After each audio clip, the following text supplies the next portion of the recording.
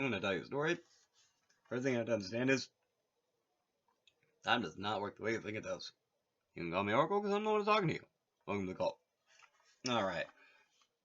Going to move on from the finishing the first section of the Book of Troth. Going to start with room staves. So I've already done rooms in a previous episode. But I am going to, at the very least, flash this because the previous episode where I covered runes from a specific book that had a set of 24 plus one blank one. This one has 33, I think? So, there are a couple extras. I'll see if I can point them out to you. So, whoop. Whoa. Alright, so.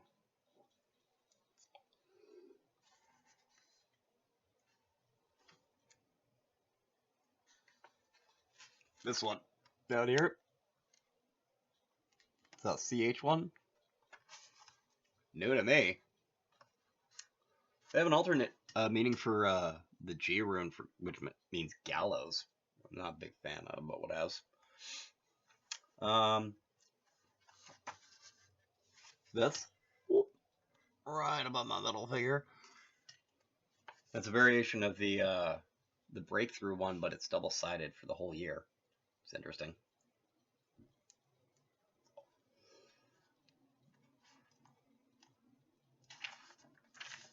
Here is the second page.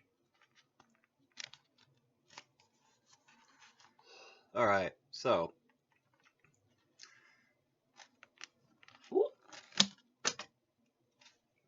That one. New. Never saw it before. That one. New. New.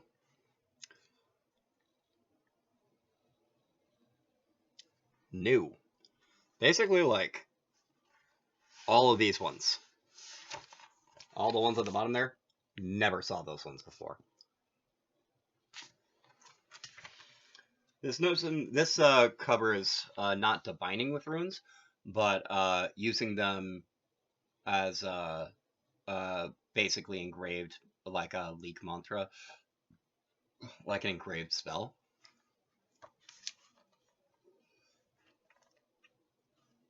If you're going to do that, you'll get best results by arranging them in a single row down, and usually focusing on 3 at a time is the advice that is in here. But, you know, it can also be done as a single rune. You can go for longer ones if you'd like. It really all depends on what you're trying to do. Alright, holy tokens.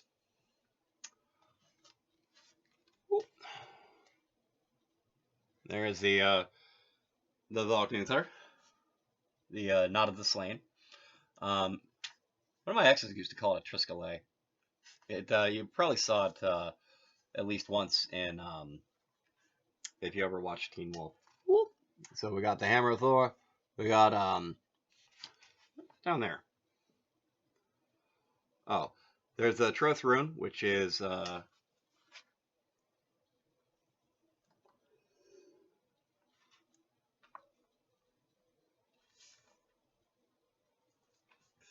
is the official side of the Ring of Troth. It is a blind rune made up of the Ring of Troth that embodies the U rune, eternal life and death, the Wind rune, which is binds all siblings together in Troth as inspired by the gods, and the Need rune, showing that we are returning out of the needs to a way of our forebears. The Ornament rune is a sign of the axis of the world. It is a symbol of the northward orientation of our attention, as it has its apex as the northern star. It is further as a symbol of cosmic order Adeza, as defined by the god Tyr or Tiu, whose rune the and Minso is also a sign. Whoop. The Herdaya Pratima, the heart sign. Freya's heart is the sign of the blessing of the goddess of Freya, the symbol of those given to her mysteries. This was only later reinterpreted as a heart, as it may in fact be an iconic symbol of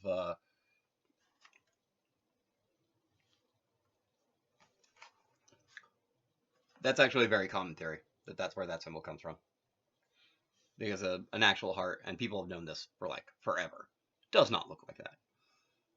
Believe me, it doesn't take being an actual surgeon to know that's not what a heart looks like. These are only a few of the many tokens of signs held by the Holy and the Troth. Each god and goddess has signs sacred to him or her. Alright, the right ways. Troth teaches about 9 noble virtues and 6-fold goal as the right way to form the everyday deeds and doings of true men and women in Midgard. Mahadesya, specifically Priadata. Alright, the 6-fold goal is 1. Right. 2. Wisdom. 3. Might. 4. Harvest. 5. Frith. I'm guessing that's humor. And 6. Love. Interesting. There's a... So, in Buddhism, in Hinduism, there's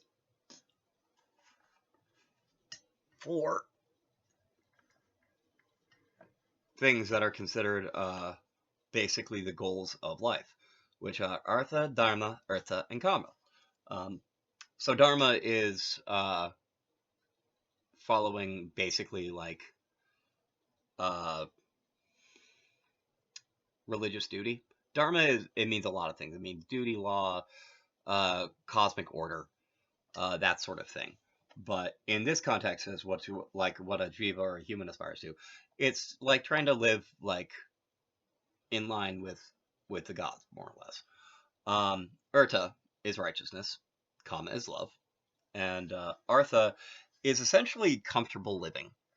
Like it's a comfortable life. But like having a comfortable life in an honest way that's like not shisty.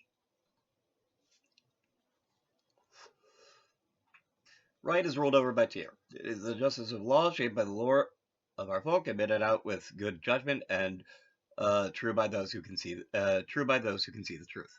It's Urta, basically. It's righteousness. This is so like the goal. The primary goal is to live a like righteous, not in a I'm gonna smite you way, but like I have nothing to fear from someone who is going to claim that I am a bad person. The role of rationality and enlightenment in the world. From this is our desire to see a world ruled by rationality is derived. Wisdom is watched over by Wotan. Prasha. Prasha is a good thing. This is the hidden lore of power swelling up from the darkest depths of our souls and hovering high over our heads, shining beyond the clouds, and leading us into the unknown. This is the mysterious force that has the ability to hold all things together, ruled by those who can see and understand the whole. Above all, wisdom must be persevered, for we are in it. For in it are the wells of all memory. If it and only it survives, all other parts of our whole may be regenerated. From this is derived our sense of adventure, our curiosity about the unknown, our seeking and questing character. Might is wielded by Thunar. That's Thor, for those who don't know. In might is embodied the twofold goal of victory and defense, which both depend on pure power or might for their ultimate right. Without this pivotal goal, all others will fall into gate and be overcome by things outside the truth, as indeed they have been. But might must be ruled over by right and wisdom, and must serve the purpose of harvest and frith. There is worth in might in and of itself, however. In the bodily expression of power is found joy of the victory and acts as bond the soul of the warrior. The goal of conquest and exercise of might can be turned without or within the true man or woman, but it must find expression. From this is derived our hunger for conquest, big and small, and our great will to power. Okay, so this is a basic thing. Like, there's a thing that like power corrupts, and generally speaking, I agree with that. But here's the thing: why do you have the power?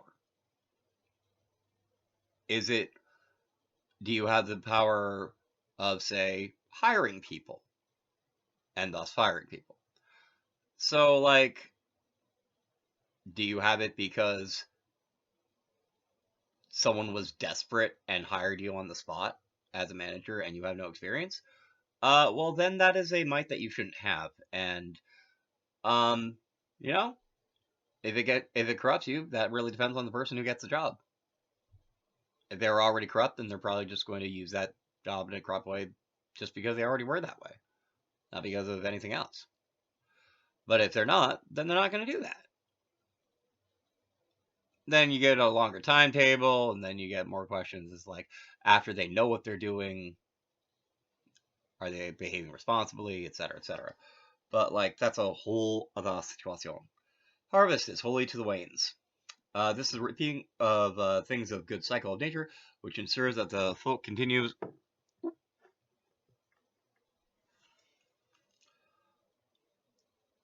to flourish in the world, that the livestock abound in good health, and that the seed is rightly planted, cut, and threshed. Harvest is the overriding need for organic continuance. For the continuance of organic's life. Harvest here includes all the fruits of economic cycles. It is the goodness of plenty of wealth and physical well-being. Today, our society and our desire for abundance and wealth is dominated by this value system. That actually makes a lot of sense. That's basically like,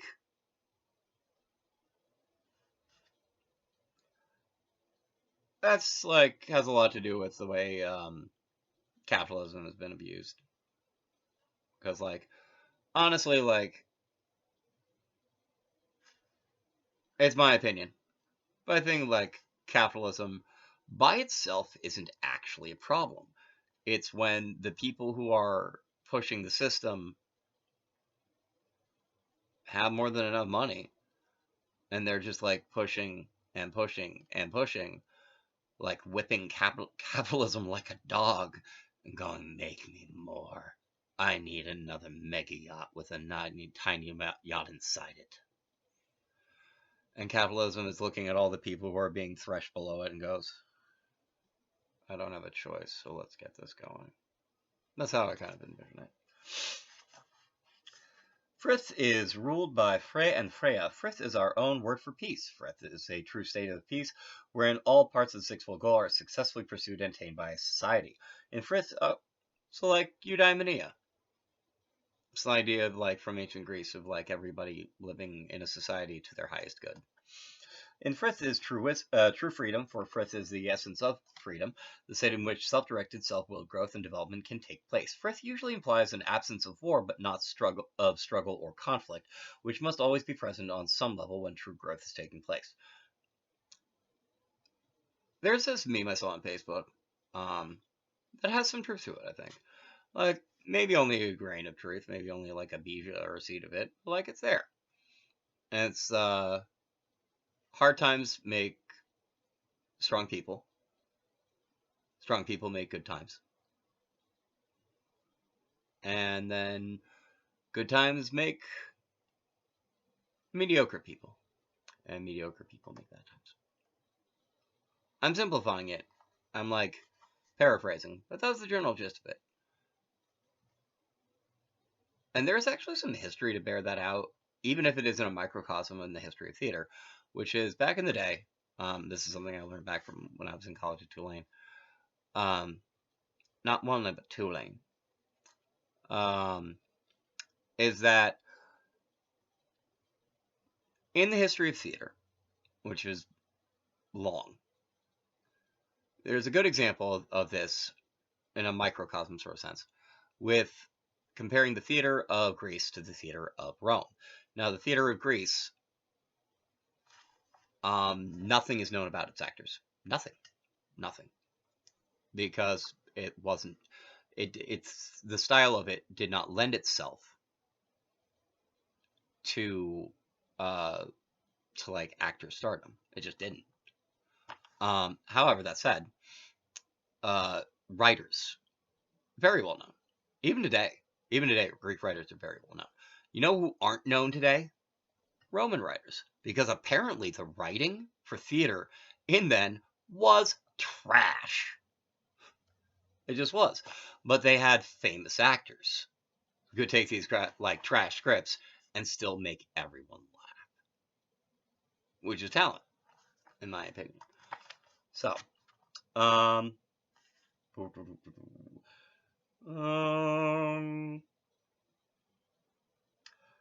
In Frith, we do not stand still. In Frith, we learn how to make our fights to take our fights to even higher fields. Right/might/Frith form a powerful axis. So this is a distinction. This is not saying that like might makes right. In point of fact, it's saying that like you have to have Urta when holding on to Zakti. Like you have to have righteousness when holding on to power, or otherwise you will go astray. Like it kind of inherently implies that. Might provides the protection Frith needs to promote freedom, but might must be ruled by right to protect Frith in turn from ungoverned might. From Frith comes our almost universal desire for peace, but if we misunderstand what this means, that can we bring ourselves not peace, but stagnation and death. So basically, that was a lot of thing with the writing in Greece. I'm not in Greece, in Rome, in Roman times, they had some like it was basically like they had some set sitcom plots, and they basically constantly recycled them. It was stagnant. They had like I don't even know how many. I'm gonna hyperbolize and for the sake of like brevity. They had like 3 stock plots. Oh no! Oh no! Our patrician daughter has dallied with a slave against his will, because he's not stupid enough to go after that. So what are we going to do? She's pregnant. Oh no! Oh no! We must go get a libation immediately. Like that sort of thing. I'm just like making stuff up, but like it's an example of like something stupid and ridiculous that I could picture happening. But like it's that lowbrow. It was. It just was. It was in my history of theater teacher's words, sitcoms, situational comedies. That was it. All right. Love is the law of life and is embodied by Frey and Freya, the Lord and Lady. This is a pure, powerful love or the lust of eroticism. In our sense of play and pure pleasure, the word sense from which love is derived really has to do with the enjoyment of physical pleasure that we all seek as a goal in itself and is natural and good, but it's not without its non-natural or spiritual sides, to be sure. In seeking pleasure, we show and, more importantly, experience an unbridled lust for life itself. This deep well of desire acts from below much which the wisdom does from above. In fact, there is a secret bond between them. Wisdom and love hold the 6 together. Among the 6 goals, this is the one most hated by the Christian forces. It is revenge. Its revenge shall be sweet. That's funny. Think about these 6 goals as things that are always worth striving for, as the whole Troth and its folk are concerned, as well as for individual true men and women in their own lives, will act as a guidepost for holding true values. These goals were sometimes unspoken, but always implicit in that all was done in Knights of York. All right. And I will do the 9 noble virtues and be done. The 9 noble virtues are 1. Courage or hardiness. 2. Truth. 3. Honor or worthiness. 4. Fidelity or troth. 5. Discipline or hardiness. Not heartiness. That was the first one. 6. Hospitality. Because hospitality is important. Friendliness. 7. Industriousness or work. 8. Self-reliance or freedom. 9. Perseverance or steadfastness. And let's see this last page. All right. Last chapter, chapter 23, Into the Unknown. From our own lives and from that which is instead of the lore of time and how it works, we shall know that the future is unknown and unknowable with any certainty. To be sure, the weird of our folk is laid, and our ordeal stands before us. What the outcome will be, only time will tell. We have kept enough of our own lore and wisdom to be able to overcome the centuries of destruction and self-misunderstanding. We'll be able to make use of what we have kept. Will our gods return to rule the day now that is dawning? The answers to these questions are set, and are being set. They were set in years past, and they are being set and reset as you read these words. The Edda tells us that the gods return, and whatever the nature of their downfall, they will always return in some form. But they may fight for their return, and we must fight alongside them. In every fight, there is risk of defeat. We see that the gods are still with us, and we have done much more than merely remember them. We see that the gods and goddesses are living beings, and that on some level, as growing, changing beings, they were/are always being destroyed and reborn. So we await a new level of their being. But this will not happen without our help, because in a real sense, we and the gods are one. Our doing things are doing the our doing are the surest signs of the working of the gods themselves. So, what say the rune staves of Honer, the way of the gods is recast across the great unknown sea of being? These staves tell great dreams. In these dreams, the sons and daughters of Midgard first rekindle the flames of the gods within their hearts, and the flame within each individual is then brought together with those of kindred souls, which are gathered round hearth within Hassan Amani, the hearth gem. Within our hearths. Where were you? I just saw you. The flame from each true out within Garths and Hoffs. The flame from each true man and woman feeds the flames of all the fellows, and into this warm hell the gods shall return out of the cold. The Troth will be satisfied with nothing less than the re-establishment of the Troth as the natural religion of this culture. Essay. In the Troth to come, the rune saves are read to mean that we can have a Hoff in every major city in English speaking. Blah blah blah blah blah blah. Okay. That's cool. Let's talk about having like Viking churches. That's cool. Alright. I'm done. This is Oracle gonna sing himself out. Swinging the wave, the weaving and the way that we be. And whether you be reckoned by us, reckoned by Odin or by Vishnu, that's fine with me, and you'll be see, you can be sweet. You can still be a predator as far as you be a predator, sister you be a ivy you be. Dreams they lead everyone from Oracle me.